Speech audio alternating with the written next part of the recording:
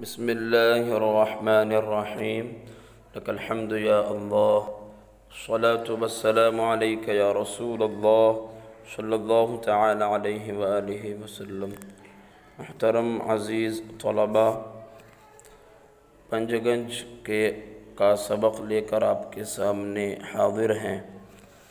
پنجگنج میں جو ہے آج کا ہمارا سبق فصل دوم سے ہے۔ فصل اول ختم ہو چکی باب صوم میں سے، اب یہاں سے فصل دوم کا آغاز ہو رہا ہے۔ فصل دوم میں جو ہے کچھ امپورٹنٹ اور اہم باتیں بیان کی ہے۔ دیکھیں آپ، دوسری فصل در بیان اجناس اسماء، دوسری فصل ہے اسموں کے جنسوں کے بیان میں۔ پھر جو ہے اس کی قسم کی ہے کہ اسم کی دو قسمیں ہو جاتی ہے، اسم متمکن اور اسم غیر متمکن۔ دونوں کی تعریف کی ہے۔ اسم متمکن باشد، اسم متمکن وہ ہوگا کہ در آخر او کہ اس کے آخر میں سے حرکت بتنوین در آیت، تینوں حرکتیں اور تنوین آ جائے۔ تو جس کلمے کے آخر میں تینوں حرکتیں اور تنوین آ جائے تو وہ اسم متمکن ہے۔ جیسے زید ہے، رجل ہے، زید رجل، تو زید بھی کہہ سکتے ہیں، اسی طرح بدل جائے گا زیدن زیدن، تینوں حرکتیں، زیدہ زید زیدی، اسی طرح زیدن زیدن زیدن، اسی طرح رجلا رجل رجلن، رجلن رجلن رجلن، تنوین اور تینوں طرح کی جو حرکتیں ہیں اس پہ آ سکتی ہے۔ تو جس کے آخر میں تینوں حرکتیں اور تنوین آ جائے وہ جو ہے اسم متمکن ہے۔ اب اس میں غیر متمکن کیا ہے؟ تو اس میں غیر متمکن باشد، اس میں غیر متمکن وہ ہوتا ہے کہ یک حالت را لازم گرفتہ باشد، جو ایک ہی حالت کو لازم پکڑے ہوئے ہو، جو ایک ہی حالت کو لازم پکڑے ہوئے ہو وہ اس میں غیر متمکن ہوتا ہے۔ مثال دی ہے، دیکھیں آپ، انت کیف حیث، اس کو آپ کہیں بھی رکھیں، انتا کو کیفہ کو، ہر حالت میں ایک ہی جیسا رہے گا، چاہے حالت رفع میں آ جائے، حالت نصب میں آ جائے اور حالت جر میں آ جائے، کسی بھی حالت میں آ جائے بدلے گا ہی نہیں، ایک ہی حالت کو لازم پکڑا رہے گا۔ حالانکہ حالت رفع میں آ جائے تو حالت رفع جو ہے یہ ہونا چاہیے کہ اس میں ضم پیش آ جائے، اسی طرح نصب میں فتح آ جائے، جر میں کسرہ آ جائے، لیکن ایسا ہوتا نہیں ہے کیونکہ یہ بدلتا نہیں ہے۔ اس میں غیر متمکن کہتے ہی اسے ہیں جو ایک ہی حالت کو لازم پکڑ لے، تو وہ ایسے اسماء جو کہ ایک ہی حالت کو لازم پکڑے ہوئے ہوتے ہیں، کسی بھی حالت میں بدلتے نہیں ہیں، تو وہ اسماء غیر متمکنہ ہوتے ہیں۔ دیکھیں، اس میں غیر متمکن وہ ہوگا کہ ایک ہی حالت کو لازم پکڑے ہوئے ہو، چو انت و کیف حیث، جیسے انت ہے، کیفہ اور حیث۔ اس میں متمکن از سے حروف و زیادہ از پنج حروف نباشد، مگر از پس حذف و زیادت، کہتے ہیں کہ اس میں متمکن جو ہے جو بدل جائے، جس کا آخر بدل جائے اس کے بارے میں بیان کر رہے ہیں کہ اس میں متمکن 3 حروف سے کم اور 5 حروف سے زیادہ نہیں ہوتے۔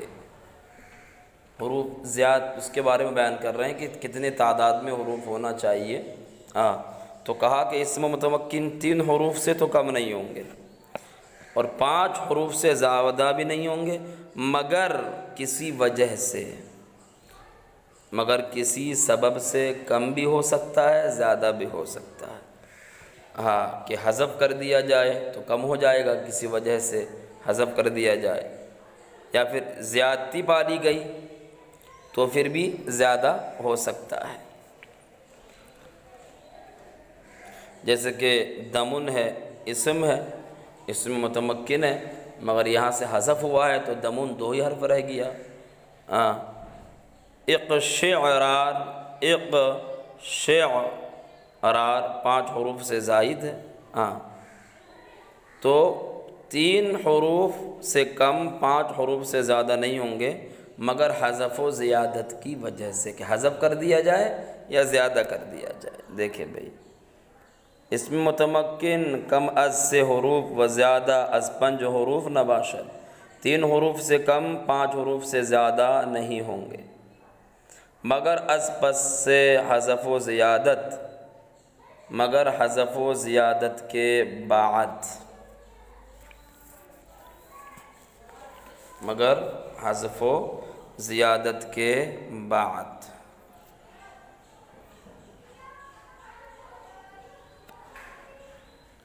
وغیر متمکن کم ازی و زیادہ عظیم باشد، غیر متمکن اس سے کم اور اس سے زیادہ بھی ہو سکتے ہیں، یعنی 3 سے کم اور 3 سے زیادہ بھی ہو سکتے ہیں غیر متمکن۔ جیسے کا تو ایک ہی حرف ہے، بالکل ایک ہی حرف پر مشتمل ہے، من 2 پر مشتمل ہے، 3 سے کم ہو گیا۔ ہا اولائی، ہا اولائی، دیکھو آپ اس میں 5 حروف سے زیادہ ہے، تو 3 سے کم بھی ہو سکتا ہے، 3 بھی ہو سکتے ہیں، اسی طرح 5 بھی ہو سکتے ہیں، 5 سے زائد بھی ہو سکتے ہیں اس میں غیر متمکن میں۔ وغیر متمکن کم عظیم و زیادہ عظیمی باشد، غیر متمکن جو ہے اس سے کم بھی ہو سکتے ہیں اور اس سے زیادہ بھی ہو سکتے ہیں حروف، چون کا جیسے کا، من، ہا اولائی۔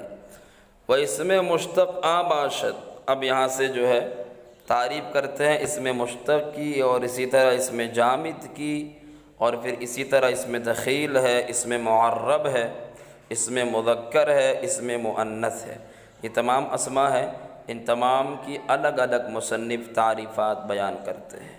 تو اس میں مشتق کی تعریف بیان کی ہے کہ اس میں مشتق وہ ہے جو کسی دوسرے اسم سے ماخوذ ہو، نکلا ہو، تو اس میں مشتق ہوتا ہے۔ جیسے کہ سماعن کے ماخوذ ہے سمون سے، تو سماعن اس میں مشتق ہوا۔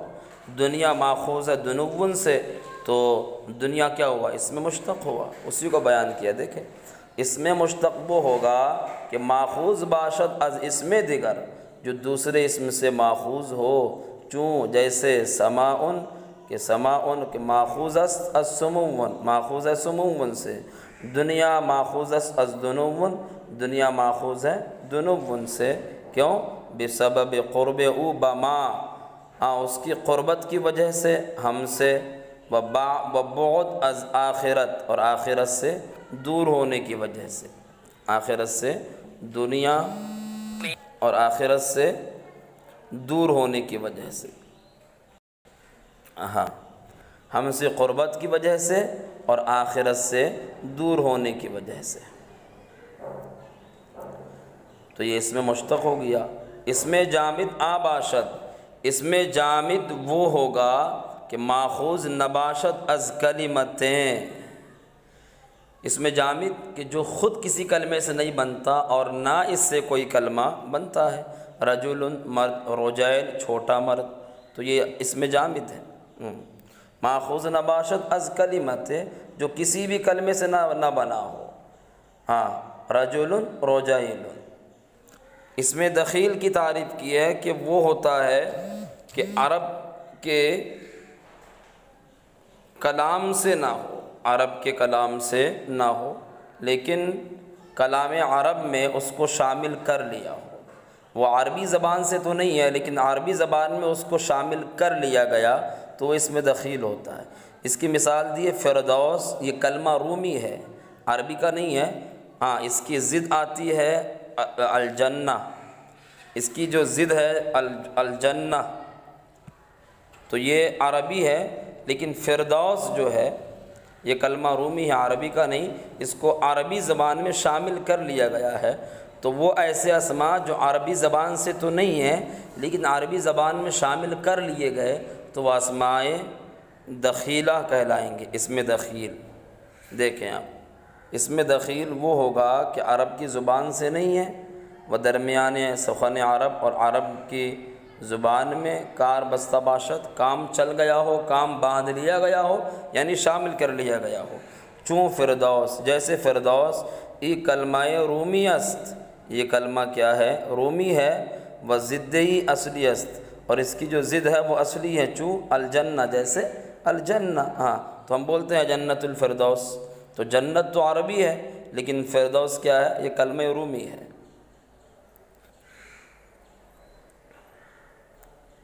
لیکن اس کو عربی زبان میں شامل کر لیا گیا ہے، لیکن دراصل کلمہ رومی ہے، تو اس کو بولیں گے اسم دخیل۔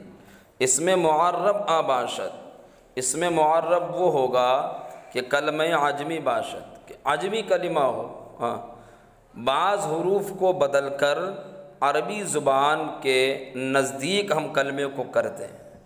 اس کے بعض حروف دوسری زبان کے ہیں، بعض حروف عربی کی زبان کے نہیں ہیں، تو ان بعض حروف کو عربی زبان کے حروف سے بدلیں تاکہ وہ عربی زبان کے نزدیک ہو جائے، تو ایسے اسماء اسماء معربہ کہلائیں گے، یعنی وہ اسماء کے جس کو عربی بنایا گیا ہو۔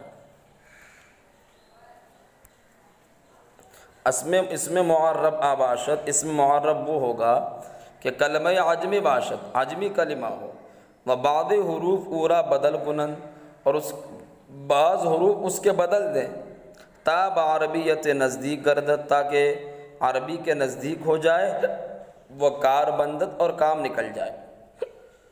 چوں صلح سنجن، جیسے سنجن ہے، شنجرفن ہے، فیروزجن ہے، ہاں تو پہلے کیا تھا؟ یہ سنجن چنگ تھا، ہاں شنجرف شنگرف تھا، ہاں فیروزج پیروزہ تھا، ہاں تو اس کے حروفوں کو بدلا گیا، ہاں جو غیر حروف تھے عربی کے ان کو عربی حروف سے بدلا گیا اور عربی زبان کے نزدیک کر لیا گیا۔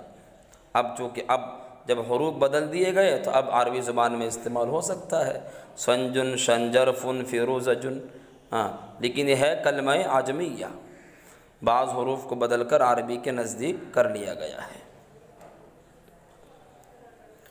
ہاں تو سنجن شرجرفن شنجرفن فیروزجن در تعریف عربی بنانے میں یہ آتا ہے، لیکن چنگ و شنگرف پیروزہ گوین اور پیروزہ کہتے ہیں، و ضد وے عربی است، اور اس کی ضد کیا ہے؟ عربی ہے، ان کے جو ضد ہے وہ عربی ہے۔ اس میں مذکر آست، اس میں مذکر کے بارے میں بیان کر رہے ہیں۔ اس میں مذکر وہ ہوگا کہ جو وضع نہ کیا گیا ہو مؤنث کے لیے اور اس میں علامت تانیث نہ ہو، علامت تانیث نہ ہو، ہاں جیسے کہ رأس حجر بیت، تو اس میں علامت تانیث بھی نہیں ہے اور مؤنث کے لیے وضع بھی نہیں کیا گیا ہے، تو یہ اس میں مذکر ہے۔ اس میں مؤنث وہ ہوگا کہ جو کہ مؤنث کے لیے وضع کیا گیا، جیسے امرأتن ہے، ناقتن ہے، اتانن ہے، تو یہ اس میں مؤنث ہے، مؤنث کے لیے اس کی وضع ہی ہوئی ہے، ہاں اور دوسری صورت یہ یا تو اس میں علامت تانیث ہو، علامت تانیث ہو، تو علامت تانیث ہو تو پھر بیان کیا ہے کہ علامت تانیث تین چیز ہوتی ہے، تائے زائدہ اور الف ممدودہ زائدہ اور اسی طرح الف مقصورہ زائدہ۔ یا درو علامت تانیث باشد، ایک تو یہ ہے کہ مؤنث کے لیے وضع ہی کر دیا گیا تو پھر اس میں تانیث کی ضرورت نہیں ہے، ہاں علامت تانیث کی، جیسے اتانن میں ہے ہی نہیں، مؤنث کے لیے وضع کر دیا گیا ہے تو مؤنث کے لیے استعمال ہوتا ہے، ہاں یا پھر دوسری صورت یہ ہے کہ اس میں تانیث کی علامت ہو۔ علامت تانیث سہ چیز است، علامت تانیث تین چیزیں ہیں، تائے زائدہ کے درو، ہاں وقف ہا با شود، کہ وہ وقف میں جو ہے ہا ہو جاتی ہے، جیسے رحمت و حسنت و ضاربت، تو یہ تائے زائدہ ہے، علامت تانیث ہے۔ الف ممدودہ زائدہ، چوں حمرا، جیسے حمرا، تو الف ممدودہ بھی یہ تانیث کی علامت ہے، علامت تانیث ہے، جبکہ کلمے سے زائد ہوتے ہیں۔ حمراء، الف ممدودہ زائدہ، الف ممدودہ زائدہ یہ علامت تانیث ہے، اور تب پھر یہ اس وقت جو ہے غیر منصرف بھی ہوگا۔ لیکن اگر زائدہ نہ ہو تو پھر غیر منصرف بھی نہیں ہوگا، کیونکہ تانیث کے لیے نہیں ہے۔ الف ممدودہ زائدہ، جیسے چو حمراء، صفراء اور صحراء، اس طرح سے۔ اور اسی طرح الف مقصورہ زائدہ، جیسے حبلہ، ذکرہ، بشرہ، غضبہ، یہ تمام جو ہے الف مقصورہ زائدہ علامت تانیث اس میں چاروں میں پائی جا رہی ہے، تو یہ مؤنث ہوں گے۔ اور اسی طرح حمراء، صفراء، صحراء بھی مؤنث، پھر اسی طرح حبلہ، ذکرہ، بشرہ، غضبہ بھی کیا ہے بھئی مؤنث۔ علامت تانیث کیا ہے؟ الف مقصورہ زائدہ حبلہ وغیرہ میں، اور صفراء، حمراء، صحراء میں الف ممدودہ زائدہ ہے۔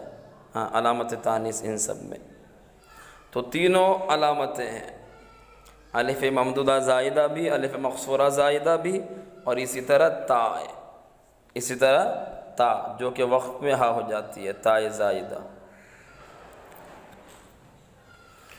تو جب بھی یہ تینوں کسی اسم کے آخر میں پایا جائے تو وہ اسم کیا ہوتا ہے بھائی؟ مؤنث ہوتا ہے۔ اب یہاں سے یہ بیان کر رہے ہیں کہ آپ جان لیجئے کہ چند کلمے ایسے ہیں کہ اس کو مؤنث کہتے ہیں لیکن اس میں علامت تانیث نہیں ہے۔